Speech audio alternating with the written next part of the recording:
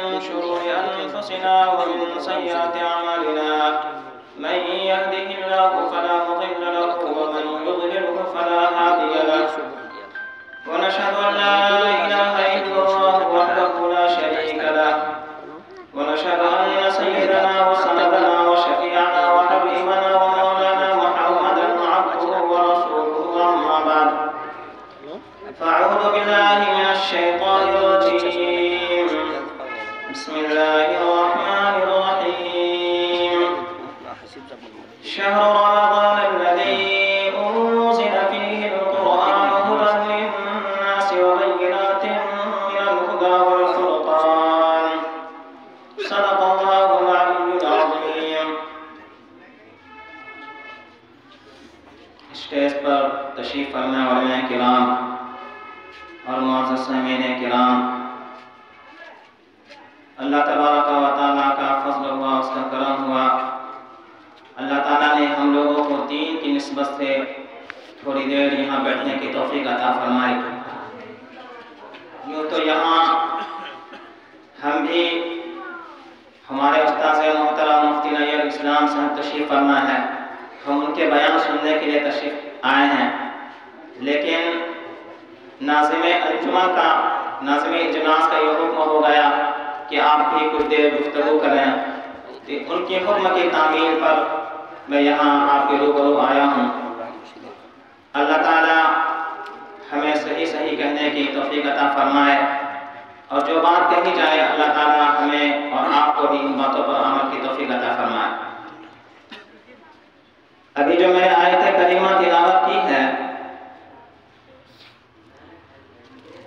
اس میں اللہ تبارک و تعالیٰ نے فرمایا کہ رمضان المبارک کا وہ مہینہ ہے کہ جس میں اللہ تبارک و تعالیٰ نے قرآن کریم نازل فرمایا. یعنی رمضان المبارک کی طرف قرآن کی نسبت ہوئی ہے. قرآن جو اترا ہے وہ رمضان المبارک میں اترا ہے، تو اب قرآن کے اترنے کی وجہ سے رمضان المبارک میں اس کی نسبت بڑھ گئی. کسی چیز کی جب کسی کی طرف نسبت جڑتی ہے تو وہ بلندی کی طرف جاتی ہے. چنانچہ جب قرآن کریم کی نسبت رمضان المبارک سے جڑی ہے تو اللہ تبارک و تعالیٰ نے اس مہینے کو تمام مہینوں پر فوقیت عطا فرمائی. چنانچہ اگر کوئی شخص رمضان المبارک میں قرآن کریم کی تلاوت کرے گا تو اللہ تبارک و تعالیٰ ہر حرف میں 70 نیکیاں عطا فرمائیں گے.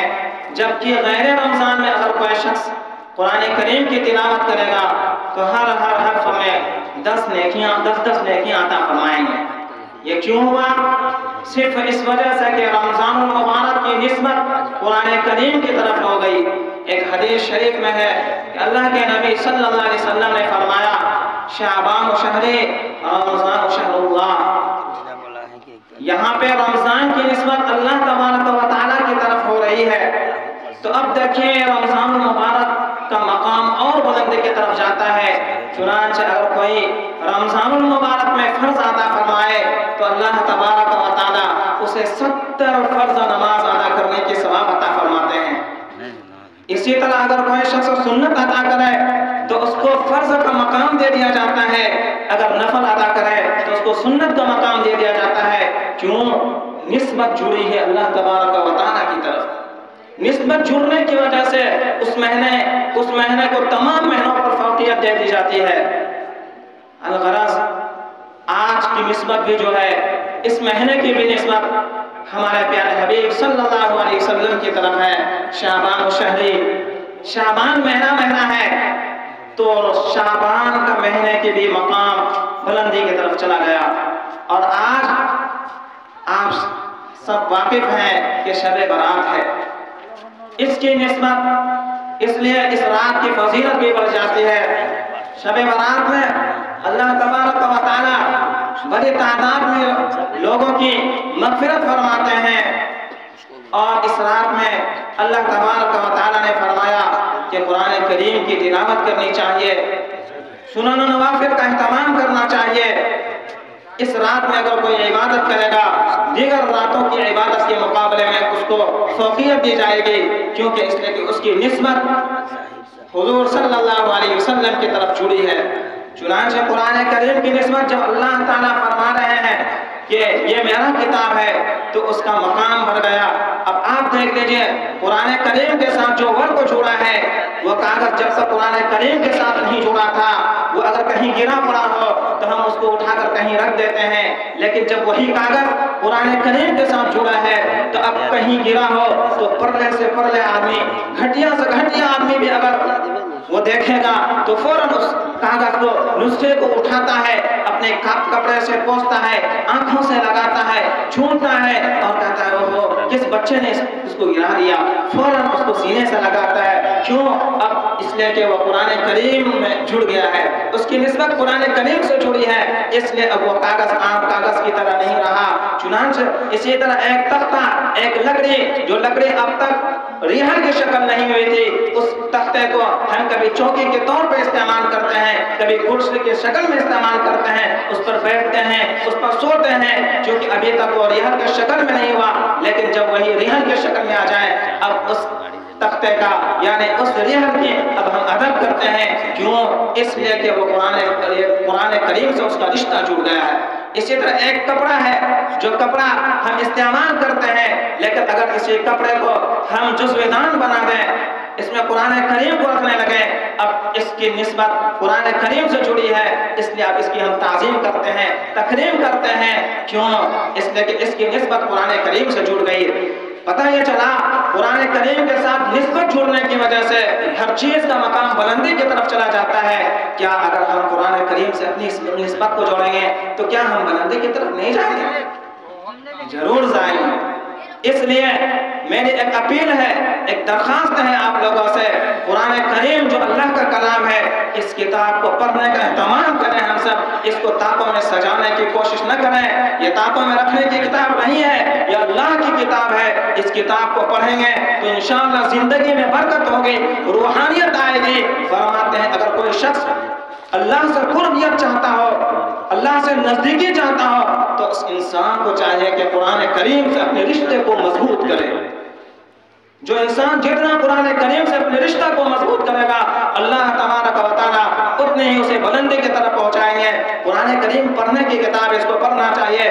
سننے پر اتنی فضیلت ہے تو پڑھنے پر کیا مقام ہوگا؟ چنانچہ قرآن کریم کے متعلق اللہ تبارک و تعالیٰ سماعت کے متعلق فرماتے ہیں وَإِذَا قُرِئَ الْقُرْآنُ فَاسْتَمِعُوا لَهُ وَأَنصِتُوا لَعَلَّكُمْ تُرْحَمُونَ۔ اے لوگوں، جب قرآن کریم کی تلاوت کی جائے خاموش ہو جاؤ، سکوت اختیار کرو، خاموش ہو کے سنو۔ اچھا، ہر انسان فائدہ چاہتا ہے، یہ سوچتا ہے کہ ہم فلاں جگہ جائیں گے تو ہم کو کیا فائدہ ہے، ہم کیوں آئے یہاں، فائدہ تلاشتا ہے۔ تو ہم قرآن کریم کو سنیں گے تو ہم کو کیا ملے گا، ذرا یہ بتائیے۔ تو قرآن کریم کہتے ہیں لعلکم ترحمون، شاید کہ تم پر رحمت نازل ہو۔ پتہ چلا قرآن کریم سننے کی وجہ سے بندہ اللہ کی رحمتوں میں گھر جاتا ہے، اللہ کی رحمتوں میں آ جاتا ہے۔ اس لیے بڑے خوش قسمت ہیں ہم لوگ کہ یہاں آئے ہوئے ہیں، قرآن کریم کی آیتوں کو کبھی کانوں سے گزر رہی ہیں، کبھی رسول اللہ صلی اللہ علیہ وسلم کے فرمان ہمارے کانوں سے ٹکرا رہی ہیں، تو اللہ تعالیٰ سے امید ہے کہ اللہ تعالیٰ کی ہم لوگوں پر رحمتیں نازل ہو رہی ہوں گی۔ جب قرآن کریم سننے کی اتنی فضیلت تو پڑھنے کا کیا مقام ہوگا، آپ اس کا اندازہ لگائیں۔ قرآن کریم پڑھنے کی کتاب ہے، اس کو تاپوں میں نہ رکھیں۔ ایک واقعہ سنا کر بات مکمل کرنے جا رہا ہوں، چونکہ وقت بھی ہمارے استاذ محترم ہے، ان سے ہمیں سننا ہے۔ تو وہ واقعہ یہ ہے کہ ایک امام صاحب جن کی آواز بڑی اچھی تھی، قرآن کریم کی تلاوت بڑے خوش الہانے کے ساتھ کیا کرتے تھے۔ کوئی اگر ایسا امام ہو جو اچھی تقریر بھی کرتا ہو، اس کی آواز بھی اچھی ہو، تو ہر مقتدی ہر مصلی سے محبت کرنے لگتے ہیں، ان کی دعوتیں ہونے لگتی ہے۔ چنانچہ ایک امام صاحب ایسے ہی بیٹھا ہے جن کی آواز بڑی اچھی تھی، ایک مصلی صاحب ان کے ہر سال ایک مرتبہ دعوت کرتے تھے، ہر سال ایک مرتبہ دعوت کرتے تھے۔ چنانچہ دستور کے مطابق جو وہ دعوت کر رہے ہیں، ایک مرتبہ امام صاحب ان کے گھر تشریف لائے کھانا کے لیے، تو ان کے گھروں پر کچھ رقم ادھر ادھر بکھرے ہوئے تھے۔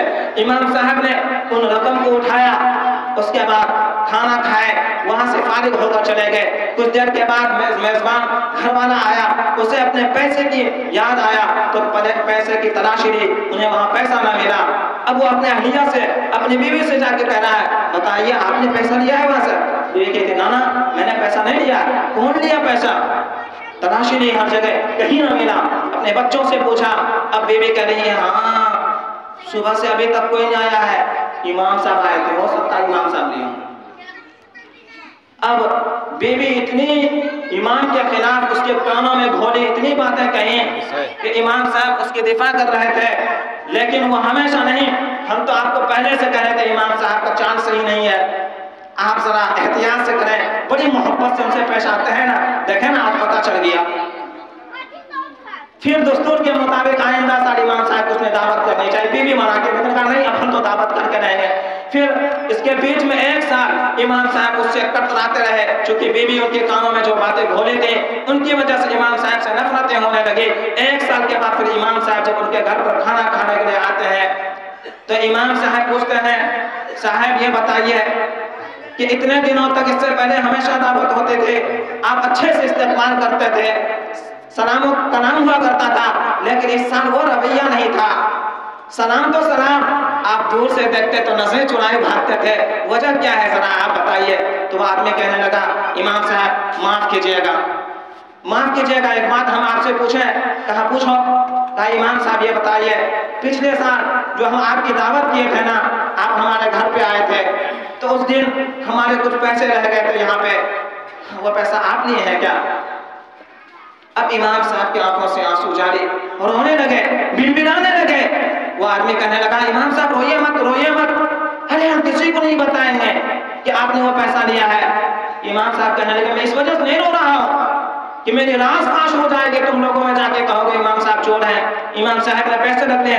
میں اس وجہ سے رو رہا ہوں کہ جب ہم تمہارے گھر پر آئے تھے یہاں پہ پیسے کچھ بکھرے ہوئے تھے، تو میں ان پیسوں کو اٹھا کر میں سوچا کہاں رکھوں جہاں اس پہ اس کی نظر پڑے، لیکن حسن ظن کے اعتبار سے ایک مسلمان ہے، مسلمان کے گھر میں قرآن ہے تو قرآن ضرور پڑھے گا، اس لیے میں نے قرآن کریم میں رکھ دیا۔ اب وہ انسان آپ کا بکا ہو گیا، حضرت مطلب یہ ہے کہ میں نے اس کو قرآن کریم میں رکھنا، جا کے قرآن کریم کھول کے دیکھو۔ قرآن کریم کھولا تو اس کو وہاں وہ رقم مل گئے، وہ معافی مانگنے لگا، کہا مجھے اس وجہ سے رونا آ رہا ہے، افسوس کہ پورے سال گزر گئے، تمہارے گھر میں نہ تم نے، نہ تمہاری اہلیہ نے، نہ تمہارے بچوں نے قرآن کریم نہیں کھولا، اس وجہ سے میں رو رہا، اس وجہ سے تھوڑے رو رہا ہوں کہ میری راز فاش ہو گئی۔ ایسے ہی آج ہمارے معاشرے کا ماحول ہو گیا، ہم قرآن کریم کو سالوں سال تاک میں رکھ دیتے ہیں، پڑھتے نہیں ہیں، صرف رمضان المبارک میں تھوڑی دیر کے لیے کھولے۔ یہ قرآن کریم صرف رمضان المبارک میں پڑھنے کے لیے نہیں اللہ نے بھیجا ہے، بلکہ ان کو پورے سال آپ پڑھیں، رمضان المبارک میں بھی پڑھیں۔ ہم یہ نہیں کہہ رہے رمضان المبارک میں نہ پڑھیں، رمضان المبارک میں اور کثرت کے ساتھ پڑھیں اور دیگر ایام میں بھی پڑھنے کی کوشش کریں۔ اللہ تعالیٰ ہمیں بھی اور آپ کو بھی قرآن کریم سے اپنے رشتوں کو مضبوط کرنے کی توفیق عطا فرمائے۔ میں انہی چند باتوں پر اپنی بات کو ختم کرتا ہوں۔ وآخر دعوانا ان الحمد للہ رب العالمین۔